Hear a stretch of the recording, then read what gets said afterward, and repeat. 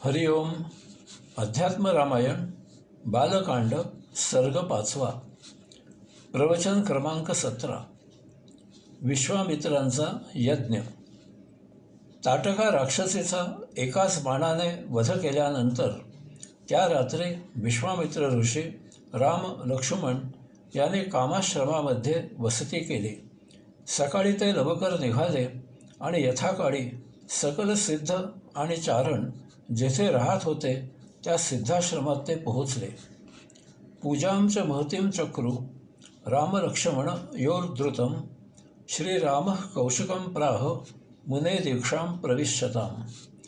तेथे आश्रमामधील सिद्ध चारण मुनी यांनी श्रीराम आणि लक्ष्मण यांना सामोरे येऊन त्यांचा मोठ्या आदराने यथोचित असा सत्कार केला. सत्कार स्वीकारल्यावर श्रीराम विश्वामित्र ऋषींना म्हणाले, हे मुने, आपण यज्ञदीक्षा घ्यावी, आपण यज्ञाची तयारी करावी. विद्यार्जन झाल्यावर प्रथमच राम लक्ष्मण राजवाड्याच्या बाहेर मोहिमेवर आले होते. त्यांनी ताटका राक्षसीचा वध केला होता. अवतार कार्यामधील ही पहिलीच मोहीम फत्ते झाली होती. मुख्य अवतार कार्याआधी आता आणखी कार्य पार करायला ते उत्सुक होते. आपल्या अवताराची चुणूक सर्वांना माहीत झाली पाहिजे म्हणून श्रीराम विश्वामित्र ऋषींना म्हणाले, दर्शयस्व महाभागो कुतस्थो राक्षसाधमौ तथेत्युक्त्वा मुनिर्यष्टु मा रेभे मुनिभिः सह. हे महामुने, ते दोन अधम राक्षस कसे कुठून येतात ते आम्हा दोघांना दाखवा. त्यावेळी ठीक आहे असे म्हणून विश्वामित्र ऋषींनी अन्य मुनींसह यज्ञाला आरंभ केला. यज्ञ सुरू झाला आहे असे समजतात त्यात विघ्न आणण्यासाठी नेहमीप्रमाणे ते दोन राक्षस मारीच आणि सुबाहू त्यांच्या अनुयायांसह मध्यान्हीच्या वेळीत रक्ताने माखलेल्या हाडांचा वर्षाव करत यज्ञभूमी भ्रष्ट करण्यासाठी आलेले दिसून आले. रामोपुय धनुरादाय द्वौ बाणो सिद्धये सुधीः आकर्णांत समाकृष्य विससर्ज तयोः पृथक. त्या राक्षसांना अनुयांसह अशा प्रकारे आलेले पाहिल्याबरोबर श्रीरामाने धनुष्यावर एकाच वेळी 2 बाण सिद्ध केले. त्यातील एक बाण शीघ्र गतिमय होता आणि दुसरा अग्निमय होता. या दोन्ही बाणांनी युक्त असे धनुष्य श्रीरामाने कानापर्यंत मागे खेचले आणि ते बाण त्यांनी मोठ्या कौशल्याने त्या राक्षसांवर सोडले. त्याबरोबर अघटित विस्मयकारक अद्भुत घडले. पहिल्या शीघ्रगती बाणाने मारीच राक्षसाला उंच आकाशात उडवून गरगर फिरविले आणि कित्येक योजने दूर असलेल्या समुद्रात भिरकावून दिले. हा आताचा बंगालचा उपसागर असावा. दुसऱ्या अग्निमय बाणाने सुबाहू राक्षसाची जळून क्षणार्धात राख झाली. हा अशा प्रकारचा पराक्रम धनुर्विद्येतील श्रीरामांचे महान कौशल्य दर्शविते. 2 भिन्न प्रकारचे बाण 2 भिन्न ठिकाणी 2 भिन्न प्रकारे कार्य एकाच वेळी धनुष्यामधून सोडून करणे ही एक अद्भुत महाविस्मयकारक घटना आहे. मुख्य अवतार कार्य करण्याआधी ही पराक्रमाची चुणूक आहे. इकडे लक्ष्मणाने सुद्धा आपल्या धनुर्विद्येमधील अतुलनीय अशा कौशल्याने पराक्रमाने त्या 2 राक्षसांच्या सर्व अनुयायांना एकट्यानेच सहज लीलेने ठार केले. हे पाहून सर्व देवदेवतांनी म्हणजे सभ्य, सज्जन, साधू, संत, योगी, संन्यासी इत्यादींनी या द्वै बंधूंवर पुष्पवृष्टी केली. या दुष्टांचा कायम बंदोबस्त झालेला पाहून सर्वांना आनंद झाला. त्यांनी दुंदुभी, नगारे वाद्य वाजवून आपला आनंद व्यक्त केला. आनंदित झालेल्या विश्वामित्र मुनीने सानंदाश्रू नयनाने रामाचे भावभक्तीने पूजन केले. त्याला जवळ घेऊन बसविले. त्यांनी राम आणि लक्ष्मण यांना सुमधुर फलाहार दिला. त्यानंतर सतत 3 दिवस विश्वामित्र मुनी या दोघा बंधूंना पुराणे, इतिहास त्यामधील छान छान कथा सांगत राहिले. चतुर्थे हने संप्राप्ते कौशिको राममब्रवीत् राम राम महायज्ञं द्रष्टुं गच्छामहे वयम्.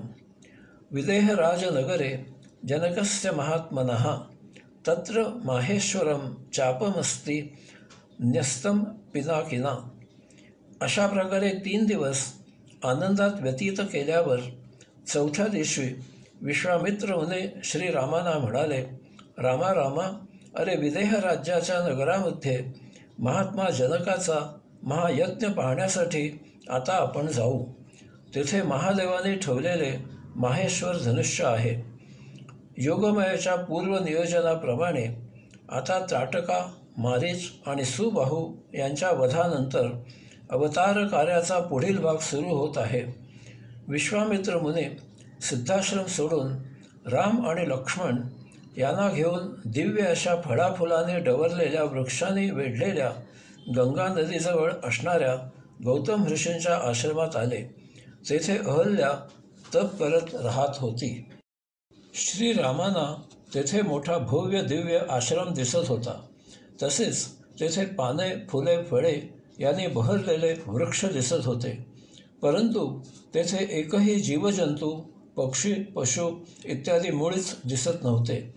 या सर्वांचे श्रीरामांना मोठे आश्चर्य वाटले आणि कुतूहलाने त्याने विश्वामित्र ऋषींना विचारले, आल्हादयते मे चेतो भगवन् ब्रूहि तत्वतः. हा आश्रम मला मोठा आनंद देत आहे. हा अतिसुंदर आश्रम कोणाचा आहे? हे मुने, याचा सविस्तर वृत्तांत आपण मला सांगावा. आता वनामधील आश्रमाचे आजूबाजूला पाने, फुले, फळे असलेले लता वृक्ष आहेत. परंतु तेथे एकही सजीव जंतू नाही. हे फार आश्चर्यकारक आहे. यामुळे श्रीरामांचे कुतूहल जागृत होणे स्वाभाविक आहे.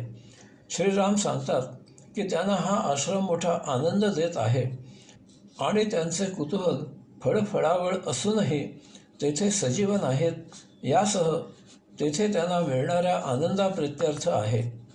फार क्वचित घडणारी घटना आहे ही. आपण एखाद्या जागी गेल्यावर तेथे आपल्याला सहजच आनंद मिळतो. आपण जर स्वतःबद्दल सजग असलो तर आपल्या हे लक्षात येते. हा पूर्वजन्माचा ऋणानुबंध असतो. मला आफ्रिकेच्या नोकरीचा असा अनुभव आहे. तेथे मी आणि माझ्या कुटुंबियांनी खूप आनंदात दिवस अनुभविले. अगदी त्रुटक सांगतो, माझ्या कंपनीचे चेअरमन यांच्याशी तेथे गेल्यापासून एका आठवड्यातच माझी जन्मोजन्मी एकत्र असल्यासारखी जवळीक झाली. जणू काही आम्ही एकाच कुटुंबातले होतो. ते थेट माझ्या वडिलांसारखे दिसत आणि त्यांचा स्वभावही माझ्या वडिलांसारखाच होता. ते चेअरमन असले तरी तेच कंपनीचे सर्वेसर्वा मालक होते. माझी पत्नी आणि त्यांची पत्नी या बहिणी असल्यासारख्या एकत्र असत. दररोज रात्री आम्ही जेवण झाल्यावर झोप येईपर्यंत एकत्र गप्पा मारत बसत असू. यावेळी कामाचा एक चकार शब्दही बोलला जात नव्हता. असे मी राजीनामा देऊन इकडे येईपर्यंत सुरू होते. मी नोकरीवर रुजू झाल्यावर 3 महिन्यांनी तेथे मॅनेजिंग डायरेक्टर या पदावर एका गृहस्थांची नेमणूक झाली. हे महाराज चंगीफंगी होते. ते आणि मी चेकवर एकत्र सही करत होतो. कंपनी स्थापन केल्यापासून इतके दिवस चेअरमन साहेबांना कंपनीच्या कामाकरिता देशाबाहेर जायचे असल्यास ते त्यांच्या भावाला तेथे बोलावून घेत असत आणि मगच देशाटन करत. आता ते आमच्यावर जबाबदारी देऊन बाहेर जाऊ लागले. हळूहळू असे लक्षात आले की मॅनेजिंग डायरेक्टर महाराजांना कोणीही मैत्रीण पुरविली की ते कंपनीच्या कामात अशाला सवलत देऊ लागले. हे माझ्या लक्षात आल्यावर मी याला अटकाव करू लागलो. चेक काढायला नकार देऊ लागलो. परंतु मी कधीही ही गोष्ट चेअरमन साहेबांच्या कानी घातली नाही. मी नोकरीचा राजीनामा दिला. परंतु हे त्या महाराजांना चेअरमन साहेबांनी मुळीच सांगितले नाही. असे हे माहीत नसताना मॅनेजिंग डायरेक्टर महाराजांनी राजीनामा दिला. त्यानंतर 3 महिन्यांनी मी नोकरी सोडली. जणू काही त्या कंपनीला आणि चेअरमन साहेबांना त्या महाराजांच्या उद्योगापासून वाचवण्यासाठीच मी तेथे नोकरी केली. रामप्रभूंना तेथे आनंद मिळत होता, कारण तेथे त्यांच्यासाठी अवतार कार्य वाट पाहत होते. हे कार्य गेली कित्येक हजारो वर्षे त्यांच्या आगमनाची प्रतीक्षा करत होते. हे त्यावेळी त्यांना त्यांच्या मानवी देही माहितीही नव्हते. तरीही ते आनंदात होते, कारण हा त्यांचा आनंद म्हणजे त्यांना नकळत लागत असलेली पूर्व काळामधील हुरहुर मोठी मौजेची गोड होती. आता पुढे विश्वामित्र ऋषी श्री रामप्रभूंना या आश्रमाचा वृत्तांत सविस्तर सांगत आहेत. तो आपण पुढील प्रवचनामध्ये पाहू. हरिओम.